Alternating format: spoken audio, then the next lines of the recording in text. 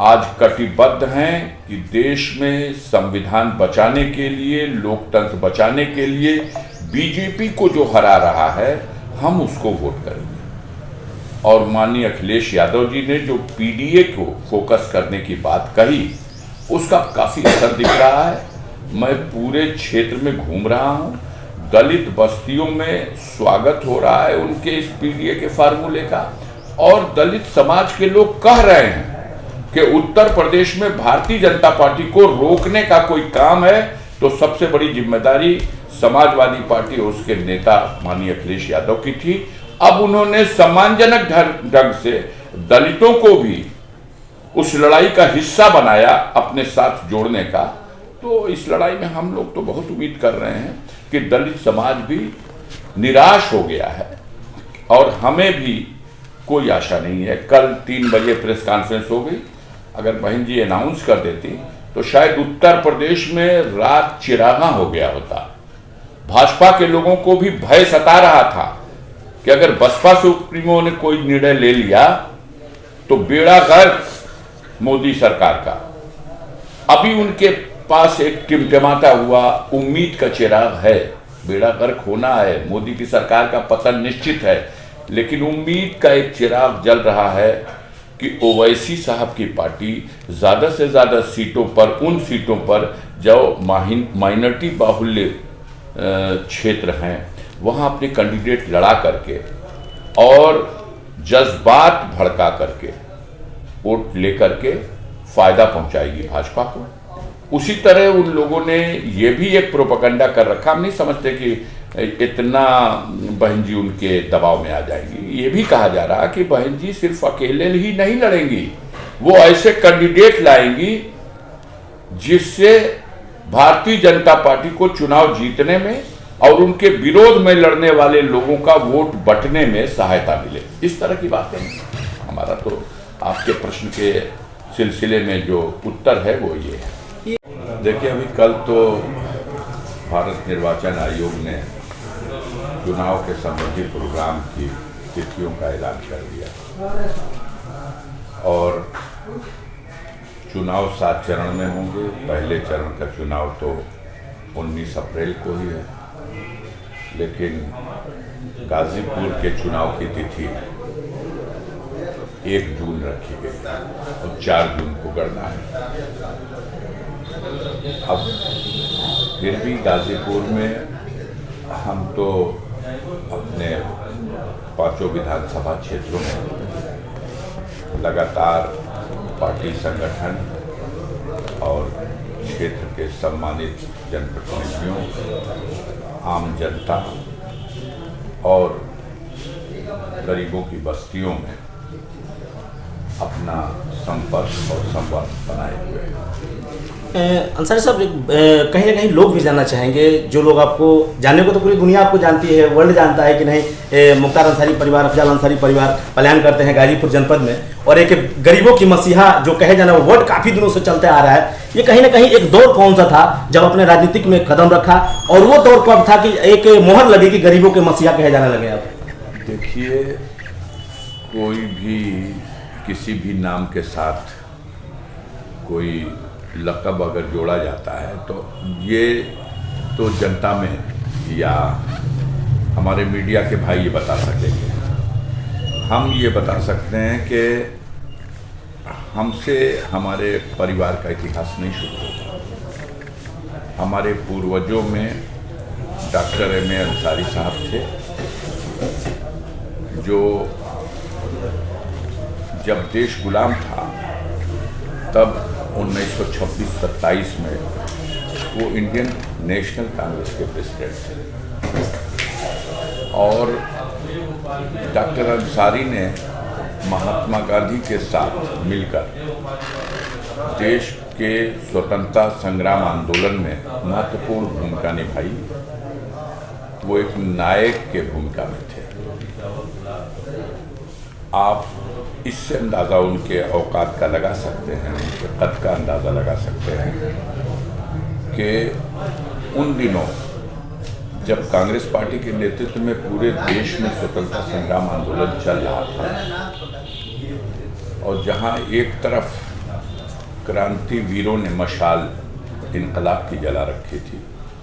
राजगुरु, सुखदेव, अशफाकुल्लाह, भगत सिंह, बिस्मिल, चंद्रशेखर आज़ाद सरीखे लोग देश को स्वतंत्र कराने के लिए अपनी कुर्बानियां दे रहे थे।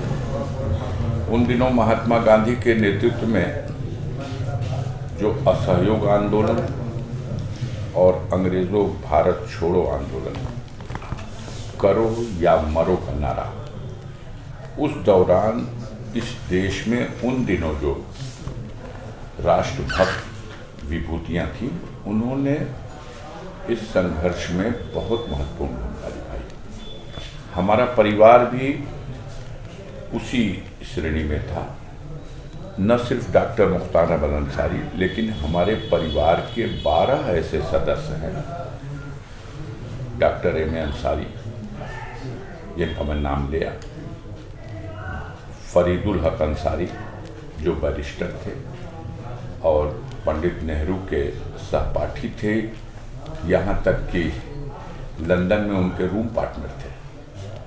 डॉक्टर शौकतुल्लाह अंसारी, अब्दुल अजीज़ अंसारी, मोहम्मद ज़फ़र साहब, 12 ऐसे विभूतियाँ हैं हमारे परिवार की, जिन्होंने देश के स्वतंत्रता संग्राम आंदोलन में बढ़ चढ़कर हिस्सा लिया, जेल गए, यातनाएं सही, कोड़े खाए और कुर्बानियाँ दी।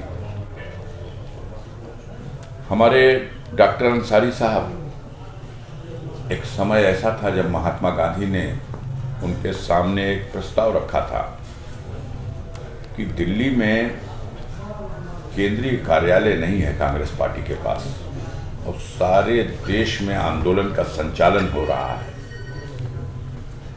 अस्थायी रूप से कोई केंद्रीय कार्यालय कांग्रेस पार्टी को कहाँ इसको किया जाए। डॉक्टर अंसारी ने अपनी कोठी, जो दिल्ली में दरियागंज में कोठी नंबर 1 कही जाती है, उस कोठी की चाबी दे दी महात्मा गांधी को। कहा इसे भारतीय राष्ट्रीय कांग्रेस के लोग अपना केंद्रीय कार्यालय बना लें और स्वतंत्रता संग्राम आंदोलन की जो भूमिका कांग्रेस पार्टी निभा रही है उसमें रह करके उसका योगदान करें। अंसारी साहब, देखा जाए तो अभी चुनाव की सरगर्मी चढ़ गई है और आचार संहिता भी लग गया है और कई चरणों में चुनाव को विभाजन भी कर दिया गया है। क्या लग रहा है कि बहन जी अभी भी समय बचा है कि इंडिया गठबंधन का हिस्सा बन पाएंगी? राजनीति में कुछ भी संभव है, लेकिन मेरी अपनी जहाँ तक सोच और समझ है, क्योंकि जिस तरह बीजेपी अपना पत्ते लगातार खोलती गई और बहन जी सोच समझकर 5-5 नाम का पत्ते खोलना, इससे साफ जाहिर हो रहा है कहीं ना कहीं अब समय है, कुछ भी हो सकता है। ये खबरें आप लोग चला सकते हैं, चलाइए, लेकिन जहाँ तक मुझे पूछ रहे हैं आप, तो मुझे अपनी ओपिनियन देनी है तो मैं तो निराश हूँ, क्योंकि बहन जी मेरी जानकारी के अनुसार, मेरी सूचना के अनुसार आरएसएस और भारतीय जनता पार्टी के षड्यंत्र का शिकार हो चुकी है। जब 2014 में नरेंद्र मोदी जी चुनाव लड़ने और उनको भारतीय जनता पार्टी ने अपना चेहरा घोषित किया प्रधानमंत्री पद का, तब इन लोगों के सामने एक बड़ी समस्या थी। अगर किसी पार्टी से उत्तर प्रदेश में या अन्य राज्यों में सबसे ज़्यादा भयभीत थी भारतीय जनता पार्टी आरएसएस, तो वो बीएसपी से, क्योंकि उन्हें पता था कि ये कैडर बेस पार्टी है। मान्यवर कांशीराम ने बाबा साहब भीमराव अंबेडकर के आदर्शों पर आधारित इस पार्टी को स्थापना की है और बाबा साहब के अधूरे सपने को पूरा करने का संकल्प लेकर के एक मिशन के रूप में ये पार्टी काम कर रही है और समाज का जो दबा कुचला वर्ग है वो बड़ी तेजी से इस पार्टी की तरफ आकर्षित हो रहा है। 2014 में उन्होंने अध्ययन किया था कि बीएसपी उत्तर प्रदेश में 4 बार उससे पहले सत्ता में आ चुकी है, अपने दम पर भी सरकार बना चुकी है, बाकी जगह सेंधमारी हो सकती है, लेकिन बीएसपी के वोटरों में सेंधमारी नहीं हो सकती। तो बहुत ही सुनियोजित एक षड्यंत्र रचा गया और वो षड्यंत्र बहन जी के इर्द गिर्द ऐसे आदमी बैठाए गए जो उनके कान में ऐसी खबरों को डालें, ऐसी सूचनाएं दें जिससे बहन जी उस सूचनाओं को के केंद्र में कोई अपना निर्णय ले। और उन्हें पहली सफलता मिल गई उस समय जब बहन जी ने 2014 में बीजेपी और आरएसएस की योजना के अनुसार अपने कान में जो अपने सलाहकार हैं उनकी दी हुई सूचनाओं पर विश्वास करके अकेले चुनाव लड़ने का निर्णय ले लिया। हर पार्टी है, उसको निर्णय लेने का अधिकार है। नहीं, हमारी बात पूरी हो जाती है। सवाल बड़ा है और आधी बात से समाधान नहीं हुआ। बहन जी ने अकेले चुनाव लड़ने का निर्णय लिया। अब समस्या आई कि चलिए निर्णय आपका सही है, लेकिन जब परिणाम आया पूरी पार्टी झोंक दी गई, पूरी शक्ति से 80 सीट पे लड़ा गया जी। लेकिन परिणाम ये आया कि शून्य, एक भी सीट उत्तर प्रदेश में भी बहुजन समाज पार्टी जीत नहीं सकी और उधर केंद्र में मोदी जी की सरकार बन गई। अब मोदी जी की सरकार ने तमाम हथकंडे अपनाए हैं। पिछले 10 साल में विपक्ष की राजनीति करने वालों को झूठे मामलों में फंसाया है और मजबूर करके उनमें से कितनों को अपने सामने झुकाया है। देश के औद्योगिक घरानों और व्यापारियों को भी इसका शिकार बनाया है। अभी जो माननीय सर्वोच्च न्यायालय के आदेश पर जो चंदा लेने और धंधा देने की लिस्ट प्रकाशित हुई है, इसने उनके चेहरे से नकाब हटा दिया। अब धीरे धीरे परत दर परत सारे सच्चाई सामने आती जा रही। बहन जी जब 2014 में साजिश का शिकार हो गई तो उन्होंने इससे सबक लिया और 2019 में फिर बहुजन समाज पार्टी और समाजवादी पार्टी ने लोकसभा के चुनाव में मिलकर चुनाव लड़ा। अब इस चुनाव में बहुजन समाज पार्टी को 10 सीटें जीत ली और समाजवादी पार्टी के खाते में 5 सीटें जीत के मिली। फायदा है, जाहिर है, बसपा को ज्यादा हुआ। कुछ दिनों के बाद बीजेपी के लोगों ने फिर गंभीर षड्यंत्र रचा और उसका परिणाम यह हुआ कि बहन जी ने समाजवादी पार्टी से जो मिलकर चुनाव लड़ा था खुद वक्तव्य देती थी कि अब ये बहुत ही प्रैक्टिकल समझौता है और हम इसको काफी दिनों तक चलाएंगे और समाज की तस्वीर बदल के रख देंगे, देश की राजनीति की दिशा बदल देंगे जी। बहन जी ने आनंद फानंद में समझौता तोड़ने का ऐलान कर दिया और चलिए ठीक है, तोड़ लिया। पार्टी की मुखिया है, आपका आदेश सर्वोपरि है। विधानसभा का चुनाव आया तो फिर वो षड्यंत्र सफल तब हो गया जब बहन जी को ये समझा दिया सलाहकार लोगों ने कि बहन जी अकेले लड़िए, आप 5 बार उत्तर प्रदेश की मुख्यमंत्री रहे हैं, अगर अकेले 403 सीटों पे लड़ेंगी तो 5वीं बार मुख्यमंत्री बन जाएगी। और बहन जी चुनाव लड़ गई पूरे 403 विधानसभा सीट में और मात्र 1 सीट जीतने में सफल रहे बसपा के लोग। वो रसड़ा में हमारे बगल की बलिया जनपद की सीट उमाशंकर सीट की है, उस पर मैं नहीं टिप्पणी करूंगा कैसे क्या हुआ, लेकिन 1 सीट बसपा के खाते में, उत्तर प्रदेश की 403 विधानसभा में 1 सीट। पार्टी के जुड़े हुए जो कार्यकर्ता हैं, जो जनाधार है, गरीबों में बड़ी निराशा हुई और ये निराशा तब और विकराल रूप धारण कर ली जब बहन जी ने उससे सबक न लेकर के लोकसभा के चुनाव के लिए भी ऐलान कर दिया कि हम अकेले लड़ेंगे। अब लोकतंत्र की व्यवस्था है, अकेले लड़ना कमाल नहीं है, कमाल है जीत करके सदन में जाना और गरीबों के कल्याण के लिए कानून बनाना। जब हम वहाँ सदन में उपस्थित ही नहीं रहेंगे। हमारा नेता, हमारी पार्टी का कोई साथी उस सदन में उपस्थिति ही नहीं दर्ज करा पाएगा, वो लोकसभा हो या विधानसभा। तो जाहिर सी बात है कि मान्यवर कांशी राम ने जिस मंसूबे के साथ इस पार्टी को सत्ता की मास्टर चाबी अपने हाथ में लेने की बात कही थी, जिससे हर ताला खुल जाएगा, तो क्या 400 सीट लड़के शून्य का रिजल्ट लाने से हर ताला खुल जाएगा?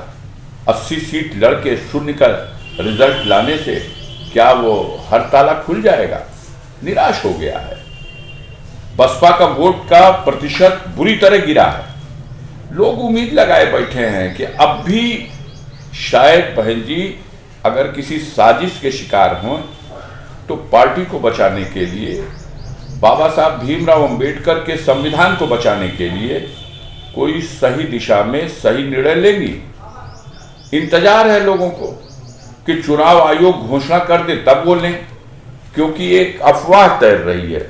हो सकता है ये गलत हो, मैं इसके लिए दावा नहीं करता, लेकिन ये अफवाह है कि बहन जी उनको धमकाया गया है सत्ताधारी दल के लोगों की तरफ से कि हम आपके भतीजे को, आपके भाई को, आपको जेल में डाल देंगे। जिस तरह हमने झारखंड के मुख्यमंत्री को जेल में डाल दिया, जिस तरह हमने दिल्ली के उप मुख्यमंत्री मनीष सिसोदिया को जेल में डाल दिया, जिस तरह हमने अभी कल गिरफ्तारी हुई है वो तेलंगाना के पूर्व चीफ मिनिस्टर की बेटी, उसको ले गए। मलिक जो थे शरद पवार की पार्टी के कैबिनेट मंत्री थे महाराष्ट्र के, वो जेल चले गए। दिल्ली के एक और मंत्री जेल में है। सबके साथ तो हो रहा, मेरे साथ देख लीजिए। जो लड़ने के मूड में है उस पर तमाम सरकारी एजेंसियों का दुरुपयोग करके सरकार में बैठे हुए लोग उसे डराने, धमकाने, तोड़ने का प्रयास कर रहे हैं या बर्बाद कर देने की कोशिश कर रहे हैं। तो आपका जो सवाल है उसका मुकम्मल जवाब ये है कि हम निराश हैं। जो बेस वोट है वो निराश है।